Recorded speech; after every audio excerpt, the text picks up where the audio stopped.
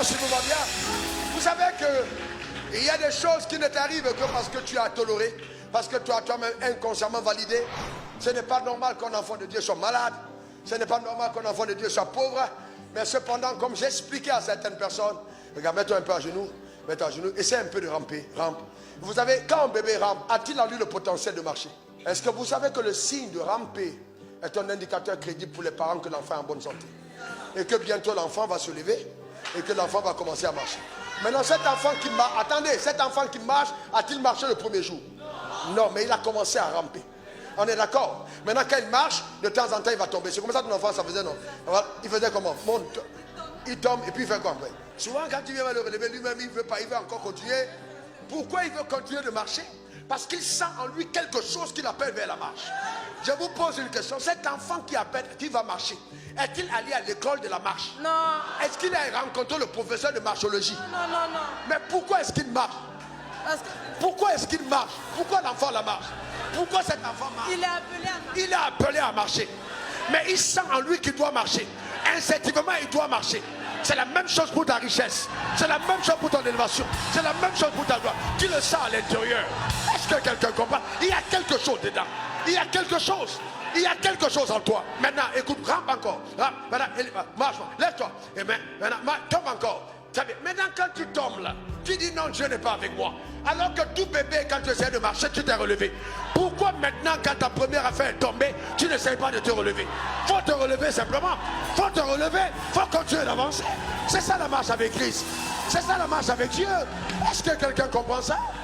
Maintenant, retombe encore. Retombe encore. Hey, là, tu es tombé, bébé. Tu es tombé. On va mettre ton hôtel là. Il faut l'hôtel de la marche. Si on met un hôtel, tu marches. Bébé, il faut un sacrifice pour ton bébé. Mettez un sacrifice d'agneau, un sacrifice de bœuf, de riz de sereau. L'enfant va marcher. Tu vas être d'accord? Non, est-ce que tu vas être d'accord? Pourquoi dans les réalités naturelles vous acceptez, mais la réalité spirituelle vous refusez? Parce que vous êtes ignorant de comment ça marche. Vous êtes ignorant de comment ça marche. L'enfant doit se relever. Et cet enfant qui marche, demain va commencer à courir. Et puis plus fort, cet enfant va demain tenir la main de son père. Et demain va porter son père. Alors que tout bébé il a été porté. Je déclare sur ta vie que Dieu t'amène à une autre dimension de règne par la puissance de Dieu, dans le nom suprême de Jésus. Donne-moi ton meilleur amen. Dis encore amen. Dis encore amen. C'est par la foi que ça marche. C'est par la foi que ça marche. C'est par la foi que ça marche. Donc ne vous laissez pas prendre au piège d'un problème qui peut survenir. C'est tout à fait normal. Ça fait partie du processus. Certains vont aller plus vite, d'autres vont aller lentement. Mais le plus important, c'est de continuer de croire et de continuer d'avancer dans la foi. Simplement. Amen. Il n'y a rien d'autre. Frère, je vous dis la vérité devant le Dieu que je sais. Il m'est arrivé moi-même en un certain moment. Pasteur Justin, j'ai prié, j'ai demandé à Dieu, est-ce que je suis sorcier? Je vous dis la vérité, devant Dieu. Tellement les gens ont dit les sorciers, que je me suis enfermé, j'ai dit Dieu, est-ce que j'ai une sorcellerie que je ne connais pas?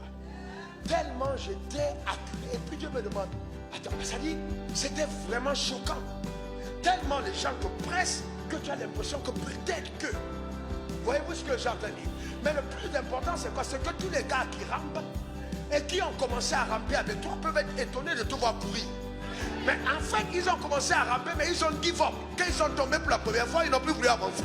Mais toi, tu t'es relevé parce que tu as lu quelque part qu'il est écrit, le juste tombera 7 fois et se relèvera. Et tu as continué d'avancer. La grâce a opéré dans ta vie. Donne-moi ton meilleur amen. Dis encore amen. En fait, c'est une question de mental. C'est une question de mindset. L'apôtre Paul dit, j'ai combattu. Nous sommes des guerriers de la foi. On ne lâche pas l'affaire, on va jusqu'au bout. Nous révélons la gloire de Dieu. On n'a pas dit notre dernier mot. Personne de la famille ne mourra sans connaître Dieu. Donne-moi ton meilleur amen. Dis encore amen. Et nous le croyons fermement. Christ a payé le prix à la croix. L'autel de Dieu parle à notre faveur. Le sang de Jésus n'est plus muet, il parle encore. Nous n'allons pas faire parler à notre sang. Nous allons engager ce sang qui parle mieux que tous les sangs. Et la liberté est notre partage. Jésus, ne pouvant pas mentir, a dit, je suis venu afin que les brebis aient la vie et qu'elles soient dans l'abondance.